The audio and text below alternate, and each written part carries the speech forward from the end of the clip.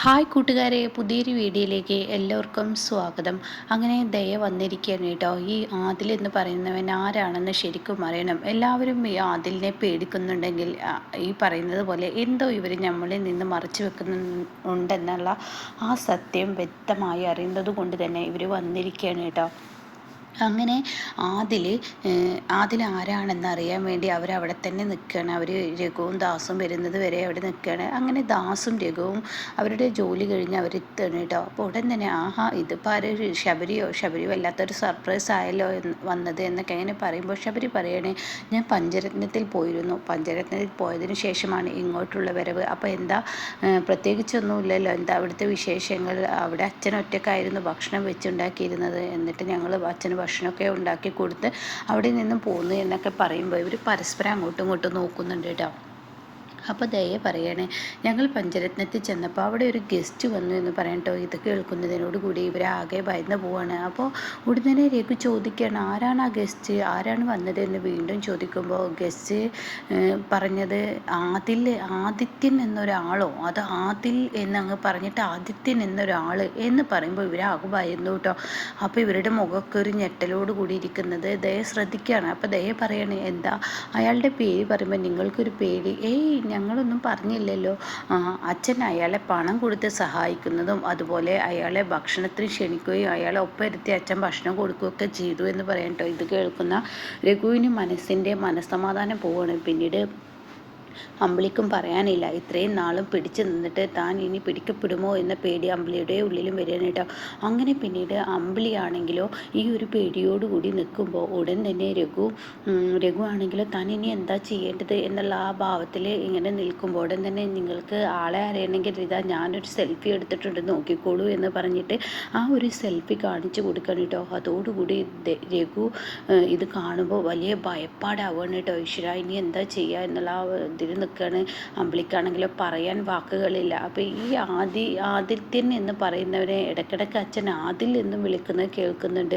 ഇവർ തമ്മിൽ എത്രമാത്രം ബന്ധം എന്തുകൊണ്ടാണെന്ന് എനിക്ക് മനസ്സിലായില്ല എന്നൊക്കെ ഇങ്ങനെ പറയുന്നുണ്ട് കേട്ടോ. അപ്പോൾ ദാസ് പെട്ടെന്ന് അവിടെ വാക്ക് മാറ്റുകയാണ്.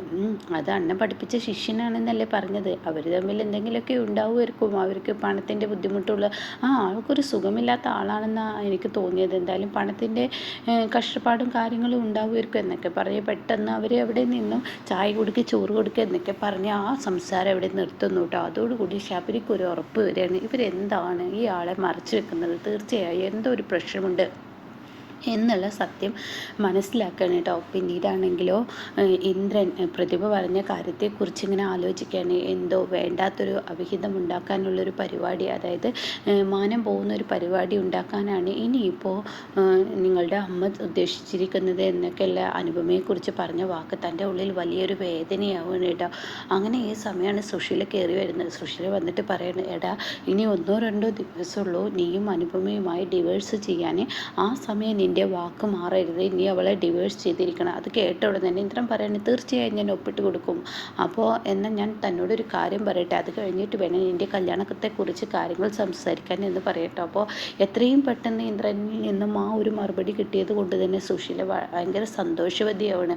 അതേസമയം സുശീല നേരെ പോകുന്നത് മാഷിനെ വിളിക്കാനായിരിക്കട്ടെ. എന്നിട്ട് മാഷിനോട് പറയണേ, മാഷാണെങ്കിൽ മുഖത്തടിച്ച് പറയണേ, സുശീല ഞാൻ അറിയുന്ന ഒരു പെൺകുട്ടിയും നിൻ്റെ മകൻ കല്യാണം കഴിക്കില്ല, അത് കഴിക്കാൻ ഞാൻ അനുവദിക്കില്ല എന്ന് പറയട്ടോ. അങ്ങനെ മാഷും സുശീലയും കൂടി വലിയൊരു വെല്ലുവിളി എന്നെ നടത്തിയിരിക്കുകയാണ്. മാഷിൻ്റെ മുന്നിൽ ഇനി സുശീല തോൽക്കാൻ പോവാണ് കേട്ടോ. കാരണം അനുപമയെ ഡിവേഴ്സ് ചെയ്ത് കഴിഞ്ഞാൽ നല്ലൊരു വിവാഹ ബന്ധം ഒരിക്കലും ഒരു ബന്ധവും ഇനി സുശീലയ്ക്ക് കിട്ടില്ല. ഇന്ദ്രനെ ഒറ്റക്കായി ജീവിക്കുന്ന ആ ഒരു അവസ്ഥയിലോട്ടാണ് കേട്ടോ കാര്യങ്ങൾ പോകുന്നത്. എന്നാൽ ഈ സമയം ധനൻ്റെ അടുത്തോട്ട് പോവാണ് ഇവരിങ്ങനെ, രാമനാഥൻ്റെ അരികിലോട്ട് പോവാണ്. അപ്പോൾ രാമനാഥൻ്റെ അരികിൽ ശബരിയും ദയയും പോയിട്ട് എന്താണ് അനന്തമാഷിൻ്റെ വിവരം എന്നൊക്കെ ചോദിക്കുന്നുണ്ട്. അപ്പോൾ ഉടൻ തന്നെ പറയുകയാണ് ദയ, അച്ഛൻ അവിടെ ഒറ്റക്കുള്ളൂ, അമ്പിളി ചേച്ചിയും അതുപോലെ തന്നെ രഘുവേട്ടൻ അവിടെ നിന്ന് പോയിരിക്കുന്നു. ഞങ്ങളവിടെ ചെന്നപ്പോൾ ഒരു ഗസ്റ്റിനെ കണ്ടു, ഒരു ആദിത്യൻ എന്ന് പറയുന്ന ഒരാളാണ്, അയാളെ കണ്ടു, അയാളും മാഷുമായി അയാളും അച്ഛനുമായി എന്തൊക്കെയോ ബന്ധമുണ്ട്. ആ പേര് കേൾക്കുമ്പോൾ അമ്പിളി ചേച്ചിക്കും രഘുവേട്ടനും പേടിയുണ്ട് എന്നൊക്കെ അങ്ങനെ പറയണം കേട്ടോ. അപ്പോൾ ഈ സമയം രാമനാഥൻ പറയണം, ശബരി വേണ്ടാത്ത കാര്യങ്ങളിൽ നീ ഇവളെപ്പോലെ തന്നെ ആകുകയാണോ എന്ന് പറയുമ്പോൾ ദയക്ക് ദേഷ്യം പിടിക്കാൻ കേട്ടോ. അപ്പോൾ ഉടൻ തന്നെ ദയ പറയണേ വേണ്ടാത്ത കാര്യമില്ലല്ലോ, ഈ ആദിത്യൻ എന്ന് പറയുന്നവനെ എല്ലാവരും ഭയക്കുന്നുണ്ട്, എന്തൊക്കെയോ ഞങ്ങളിൽ നിന്ന് മറച്ചു വെക്കുന്നുണ്ടല്ലോ. അത് കേൾക്കുന്ന രാമനാഥൻ പറയണേ എന്താണെങ്കിലും അവരുടെ കാര്യത്തിൽ നിങ്ങൾ ഇടപെടണ്ട, അത് ഇടപെടാൻ പറ്റിയ കാര്യമാണെങ്കിൽ മാഷി നമ്മളോട് വന്ന് പറയില്ലേ, അതുകൊണ്ട് അത് ഒഴിവാക്കിയേക്കും. ഒരുപക്ഷെ നിങ്ങൾ വിചാരിക്കുന്ന ബന്ധങ്ങളൊന്നും ഉണ്ടാവില്ല, ഈ ആദിത്യൻ എന്ന് പറയുന്നവൻ ഈ മാഷിൻ്റെ ശിഷ്യൻ തന്നെ ആയിരിക്കും, അങ്ങനെ അങ്ങ് ചിന്തിച്ചേക്കേ എന്നൊക്കെ ഇങ്ങനെ പറയുമ്പോൾ ഉടൻ തന്നെ അല്ല ഈ ആദിത്യൻ എന്ന് പറയുന്നത് ഈ ഞാനിത് എവിടെയോ ഒരു പേര് കേട്ടതുപോലെ എനിക്ക് തോന്നുന്നു. അപ്പോൾ ഉടൻ തന്നെ ഇങ്ങനെ കാണിച്ചു കൊടുക്കണ ദയ പറയണേ ഇതാണ് ആദിത്യൻ എന്ന് പറയുന്ന ആൾ എന്ന് പറഞ്ഞിട്ട് ഇത് കാണിച്ചു കൊടുക്കുമ്പോൾ ഉടൻ തന്നെ ധനൻ പറയണേ ഇത് ഞാനറിയല്ലോ, ഇയാൾ ഇതാണല്ലോ ആ മയക്ക് കേസിൽ ആ സോറി ആ സ്വർണ്ണക്കടത്ത് മാഫിയയിൽ ഉൾപ്പെട്ട ആൾ ആദിൽ ഇതാണല്ലോ എന്ന് പറയട്ടോ. ഇത് കേൾക്കുന്ന ദയയും ശബരിയും ആകെ ഞെട്ടിപ്പോവാണ്. ഈ സമയം മിശ്ര എന്താ ചെയ്യേണ്ടത് എന്നുള്ള ആ ഒരു ലെവലിൽ ഇവരിങ്ങനെ നിൽക്കുകയാണ്. അപ്പോൾ ഉടൻ തന്നെ ധനേട്ട വെറുതെ വായിൽ തോന്നിയത് വിളിച്ച് പറയരുത് എന്നപ്പോഴേക്കും ശബരി പറയുമ്പോൾ ഉടൻ തന്നെ വായിൽ തോന്നിയതല്ല, ഞാൻ ഉള്ള സത്യം ഉള്ളതുപോലെ പറഞ്ഞതാണ്, ഇതാണ് ആ മയക്ക് കേസിലെ ആദിൽ എന്ന് പറയാൻ കേട്ടോ. ഇതങ്ങ് കേൾക്കുന്നതിനോട് കൂടിയിട്ട് ശബരിയേട്ട ഒന്നിങ്ങ് വന്നേ എന്ന് പറഞ്ഞിട്ട് ദയ വിളിച്ചു കൊണ്ടുപോവാണ്. പിന്നീട് റൂമിൽ ചെന്നതിന് ശേഷം എന്താ എന്ന് ശബരി ചോദിക്കുമ്പോൾ ശബരിയേട്ട ഞാൻ സംശയിച്ചത് ശരി തന്നെയാണ്, അന്ന് ധനേട്ടൻ പറഞ്ഞത് ഓർക്കുന്നില്ലേ, 1 കിലോ സ്വർണം എക്സ്ട്രാ രഘുവേട്ടൻ്റെ കയ്യിലുണ്ടെന്ന് പോലീസും അതുപോലെ തന്നെ ഈ സ്വർണ്ണക്കടത്തുകാരും മൊത്തത്തിൽ മീഡിയക്കാരൊക്കെ പറയുന്നുണ്ടെന്ന്.